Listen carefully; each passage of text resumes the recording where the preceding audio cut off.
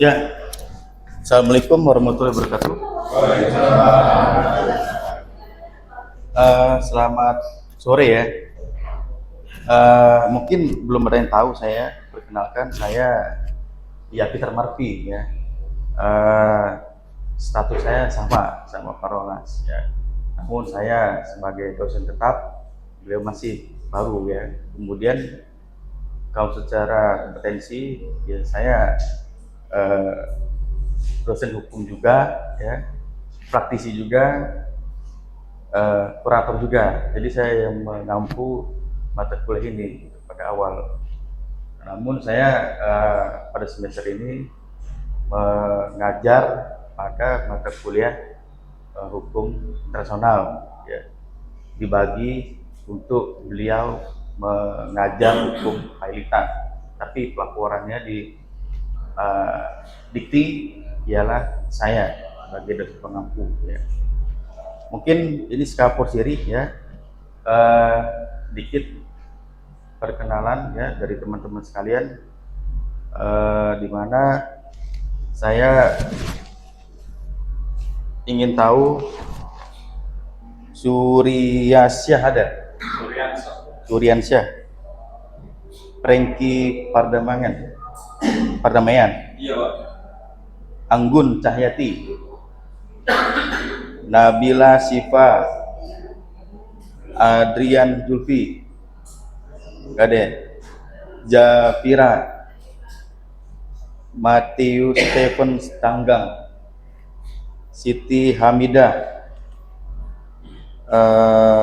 Aryawan Wipa, Salwa Indah Mutiara, Guntakan Merdeka, Tri Herlambang, Mustafa Andi Tenri, Pensi Nemawati, Loria Jenis Panggawa, Wildan, Muhammad Ihsan, Rani, Aditya, Fauzan Gade, Rahmat, Hans Andri, Inayah Fadrin, Ilyana, Carlo Surya Bebi, Heni Ratna Julianti, Revaldi Sam, Atala Hakim, Salsabila, Setianus ada, Fuku dan Noto Yudo, namanya keren Pak, Yudi ada, Erik Putra, Mokchen Pak. 35 ya peserta ya. Nah ini silakan diisi ya, sambil saya mengisi materi. Nah jadi sebenarnya di dalam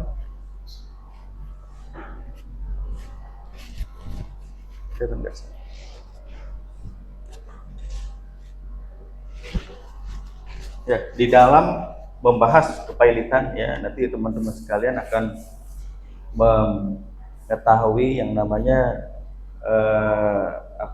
pengertian daripada pailit ya, atau penundaan utang ya, apa itu prinsip hukum kepailitan ya, kemudian syarat dari para kepailitan itu apa ya, yang kemudian nanti teman-teman memahami siapa para pihak atau menjadi subjek dari kepailitan itu ya. Kemudian bagaimana hukum acara di kepailitan ya. Kemudian adanya putusan dan akibat daripada pailit itu terjadi ya. Nah, lalu bagaimana pengurusan pemberesan budil pailit atau harta pailit itu ya. Kemudian bagaimana secara perdamaian atau homologasi, ya, atau berakhirnya homologasi tidak terjadi perdamaian atau terjadi insolvensi, ya. Nah, dari sinilah kita memahami daripada dasar kepailitan, ya. Teman-teman ketahui diatur dalam undang-undang, ya, 37 tahun 2004, ya. Yang kemudian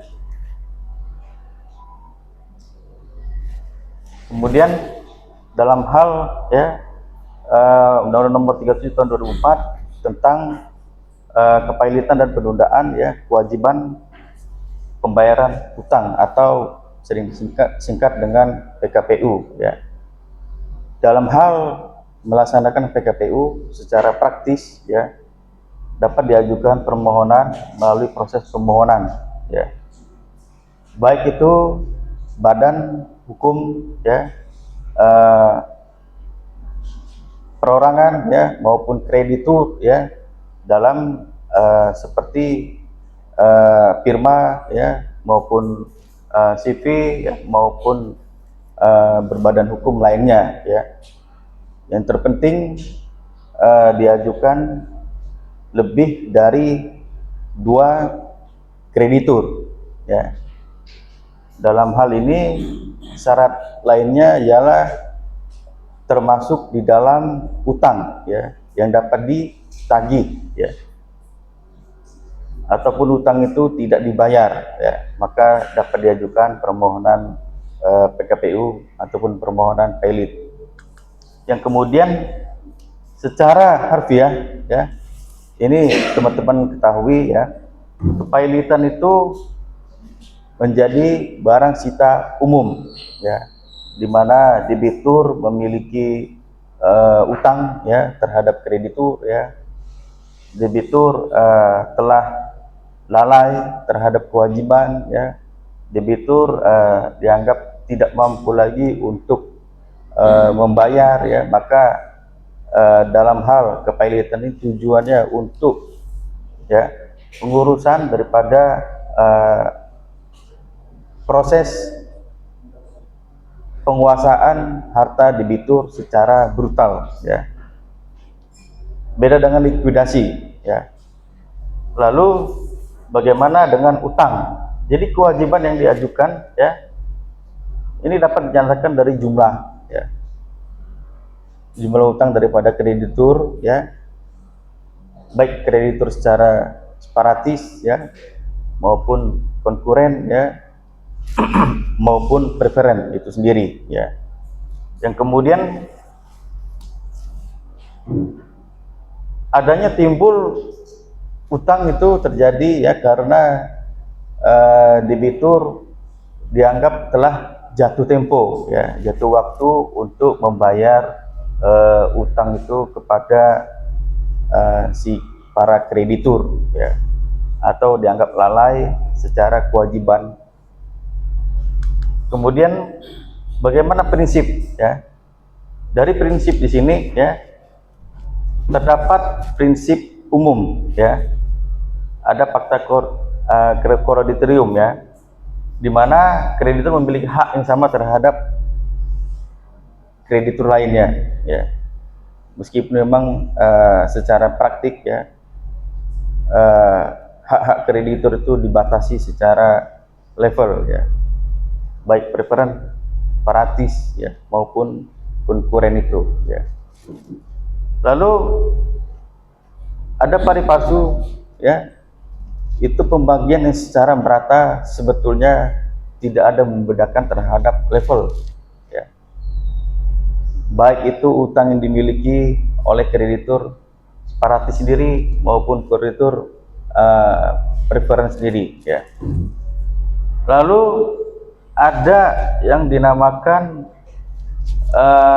konkursus kreditorium, ya.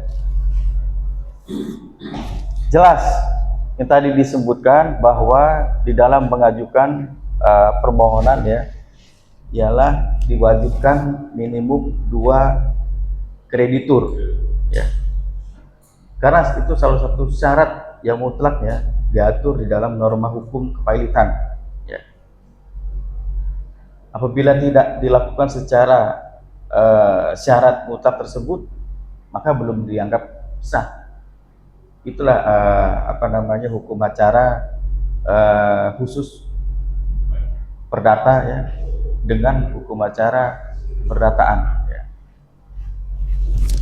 Kemudian ada going on consent ya. Apabila di Indonesia terdapat peradilan niaga ya, peradilan daripada proses khusus ya dari peradilan umum ya, maka kepailitan maupun PKPU tujuannya untuk bagaimana menstabilisasikan kembali ya, bagaimana bentuk mengharmoniskan ya keadaan debitur itu untuk supaya bisa melangsungkan usahanya, bisa menjalin kembali atau tertib kembali terhadap hubungan kreditur ya. Jadi sebetulnya apa yang diragukan terhadap kepailitan itu tidak seserem apa yang dibayangkan sebetulnya. Tapi banyak juga para pemangku usaha itu mengabaikan terhadap adanya proses kepailitan seperti itu. Lalu ada proses prinsip khusus ya, prinsip khusus adanya asas keseimbangan guna untuk menjaga kestabilan ya terhadap keadaan maupun kondisi ya. Meskipun memang utang itu ya tetap berjalan dengan adanya kondisi-kondisi bunga ya, ada laba yang berjalan ya. Tentu hal ini tidak serta-merta untuk memutus keadaan hukum daripada proses perjanjian atau fakta sunt servanda di antara para pihak seperti itu ya. Lalu ada asas kelangsungan usaha, sama seperti ongoing consent dalam keadaan kita mendukung terhadap debitur itu untuk bisa melangsungkan usaha ya, sebagaimana kegiatan yang bisa menjalankan proses tumbuh kembang sektoral bisnis ya di Indonesia ya. Terutama memang kita ketahui ya, dengan adanya perubahan nomenklatur ya, tidak lagi ditangani sebagai bentuk kementerian, badan usaha berusaha milik negara ya. Tentu apakah ke depan akan berdampak yang namanya proses-proses kebangkrutan atau kebangkrutan secara massal ya, ataupun secara parsial ya. Kemudian asas keadilan ya. Jadi ini memberikan rasa keadilan secara bersama, baik itu kreditur maupun itu debitur itu sendiri. Kreditur hendak ingin memperoleh yang namanya haknya ya, debitur pun ingin melangsungkan daripada kelangsungan usahanya itu sendiri ya. Yang kemudian ada integrasi, ini sebagai sistem ya di dalam suatu konformil ya, agar supaya debitur ya untuk memperhatikan keadaan ya di dalam suatu menerapkan hukumnya, agar supaya bentuk-bentuk rekonstruksi ya yang canangkan ya sebagaimana bentuk itikat baik ya dalam proposal yang diajukan ya, agar supaya untuk patuh terhadap hukum gitu. Banyak para badan usaha itu ya yang dinyatakan homologasi ya damai, rupanya tidak mengindahkan daripada proses asas integrasi ya. Kemudian menyelewengkan ataupun melarikan ya, atau mengaburkan hukum ya. tentu itu akan berdampak terhadap hajat para kreditur ya. Bukan lagi mengurus keperdataan, menempuh pada yang namanya masuk ranah pidana. Seperti apa kasus first travel ya, itu banyak kejadian. Indosuria ya mengalami hal itu. Jadi sampai sekarang para kreditur terkatung-katung terhadap haknya. Betul. Perlindungan hukum apa yang akan diterima oleh para kreditur? Jaminan hukum apa yang dapat menekan daripada kepastian hukum para kreditur itu sendiri? Nah, jadi itu yang menginisiasikan bahwa memang kepailitan ini perlu untuk menjadi panglima hukum ya di dalam dunia berbisnis. Nah, tertuang daripada syarat kepailitan ya, tentu dinyatakan tadi memiliki 2 atau lebih kreditur ya, telah jatuh tempo ya, atau debitur dianggap insolvensi ya, atau tidak mampu lagi untuk membayar kewajiban ya. Sebagaimana dalam proses kepailitan ya sangat singkat, dalam 270 hari ya itu harus selesai ya, saklek dari ada proses PKPU sementara ya sampai tetap, sampai harus itu dinyatakan putusan pailit ya. Rupanya itu sangat kejam. Kalau proses acara di peradilan umum biasa masih berlarut-larut, bisa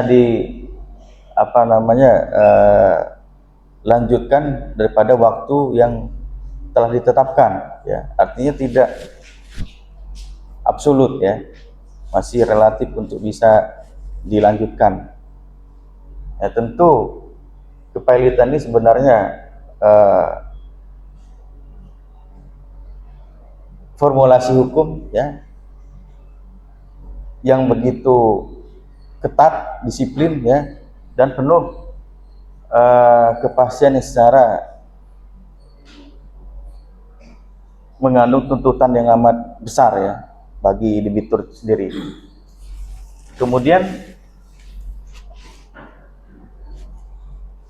di dalam kepailitan ada keterlibatan ya sebagai bentuk kreditur preference ya oleh OJK, oleh pajak, oleh bank itu sendiri ya, maupun oleh Bapeda atau Badan Pendapatan Daerah ya, yang ikut terlibat di dalam kondisi pengaruh di dalam kepailitan itu sendiri ya.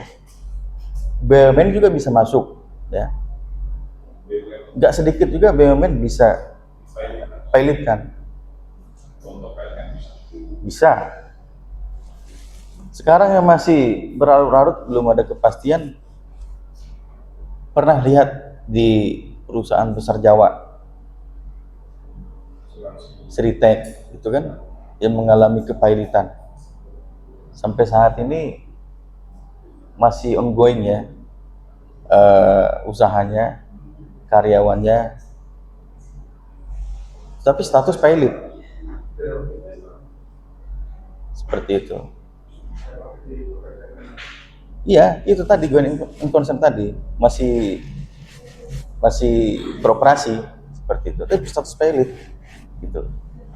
Nah, jadi memang kadang seperti apa yang disampaikan ya, bahwa hukum kepailitan itu sebetulnya hukum yang bisa berakibat dan dampak sangat besar ya bagi debitur. Tapi kembali lagi ya, hakikihnya di dalam pemenuhan hak, apakah itu sudah memenuhi koridor hukum yang jelas.